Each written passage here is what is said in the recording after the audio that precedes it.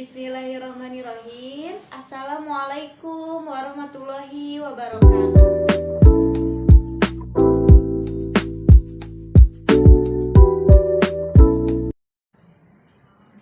Gimana kabarnya hari ini anak-anak? Apakah semuanya sehat? Atau ada lagi yang kurang sehat? Alhamdulillah semuanya sehat dan semoga dalam lindungan Allah Subhanahu wa taala.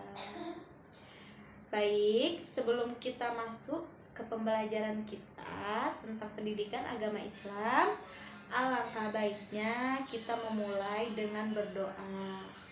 Mari kita awali semuanya dengan membaca Al-Basmalah.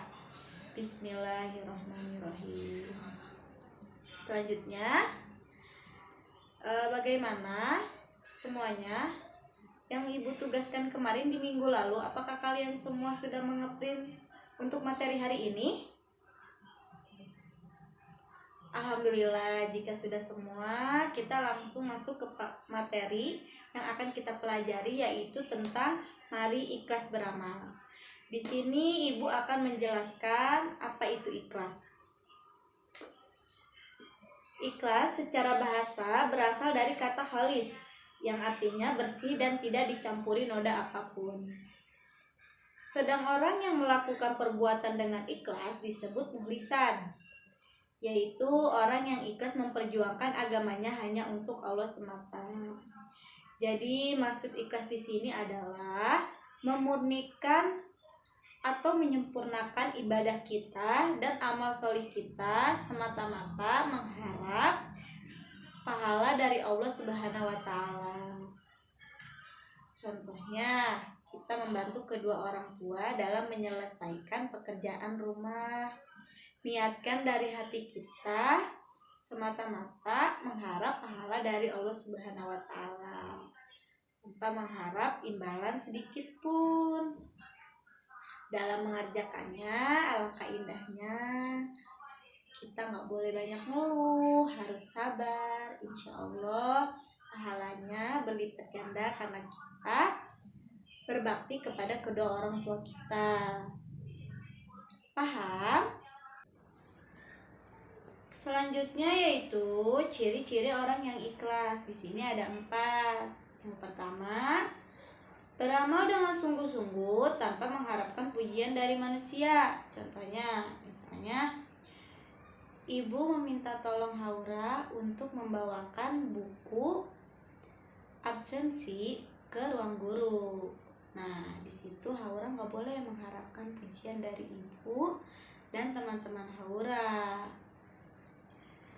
Kalau Haura seperti itu, tandanya Haura bukan mengharapkan pahala dari Allah, tapi Haura mengharapkan pujian. Nah, baiknya seperti ini. Misalnya, buku absensi ibu tertinggal di kelas kalian dan di situ belum ada yang lihat. Nah, Rifki ngeliat nih ada buku ibu yang ketinggalan. Rifki inisiatif membawanya ke ruang guru. Nah, di situ teman-teman Rifki nggak ada yang tahu, ibu juga nggak ada yang tahu, karena yang Rifki niatkan dari awal, Rifki ikhlas mengharap pahala dari Allah Subhanahu wa taala, bukan dari pujian orang lain. Paham? Dan yang kedua, beramal dengan tekun dan rajin semata-mata karena perintah Allah Subhanahu wa taala. Contohnya, ada satu murid yang rajin dan pintar. Tapi insya Allah ya, murid-murid ibu di sini semuanya pintar dan rajin. Nah, kepintarannya itu hanya ingin dilihat orang lain, bukan semata-mata karena dia pintar mengharap ridho dari Allah dalam kepintarannya itu. Itu nggak boleh, nggak baik. Nah, karena ia mengharap pujian.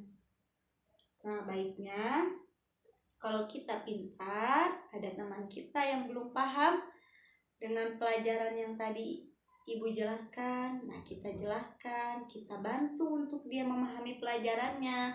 Nah, insya Allah ilmu kita bermanfaat bagi orang lain. Selanjutnya, tidak memamerkan dan menceritakan amalnya kepada orang lain. Misalnya ketika ada Jumat berkah. Nah, ketika Jumat berkah itu, misalnya Keisha sedekah. Setelah sedekah, Keisha cerita-cerita sama teman-temannya. Tadi aku sedekah loh 5.000, gede kan? Nah, sebenarnya itu nggak boleh. Nah, berarti di situ Keisha melakukan amalannya dan melakukan amalannya itu bukan semata-mata mengharapkan pahala, tapi ingin dilihat dan memamerkan. Itu nggak boleh ya. Baiknya ketika kita sedekah semata-mata mengharapkan pahala dan hanya kita dan Allah yang tahu. Dan selanjutnya yang keempat, tidak pernah mengeluh dalam melaksanakan tugas. Misalnya kalau ibu ngasih tugas ke kalian, gak boleh ngeluh, harus dikerjakan. Dan jika ibu memberikan tugas, alangkah baiknya kalian semangat gitu, semangat ngerjainnya, semangat pas ibu ngasihnya, enggak ibu banyak tugas.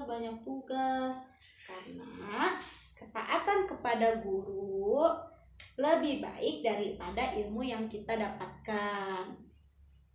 Sampai sini paham anak-anak? Baik, jika kalian paham, selanjutnya yaitu manfaat dan keutamaan ikhlas.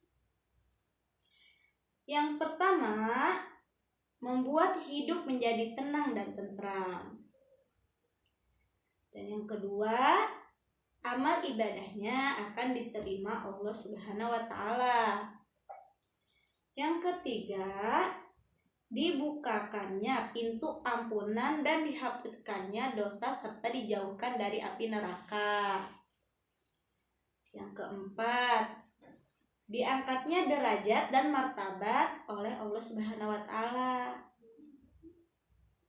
Yang kelima, doa kita akan diijabah atau dikabulkan. Yang keenam, dekat dengan pertolongan Allah. Dan yang kedelapan, akan mendapatkan naungan dari Allah Subhanahu wa Ta'ala di hari kiamat. Jadi anak-anak, ketika kita melakukan semua amalan, kita niatkan semata untuk mengharapkan pahala dari Allah Subhanahu wa Ta'ala. Karena apa? Insya Allah semua yang telah kita lakukan akan berkah di dunia maupun di akhirat. Dan yang paling penting mendapatkan pahala dari Allah. Jadi jangan sungkan untuk niat kepada Allah dalam hal apapun. Jadi materi hari ini paham semuanya tentang mari ikhlas beramal? Ada yang ingin ditanyakan? Jika tidak, kita akhiri saja ya dalam pembelajaran hari ini. Semoga kalian semua paham dan kalian bisa mengamalkannya dalam kehidupan sehari-hari. Ibu minta maaf jika ada yang kurang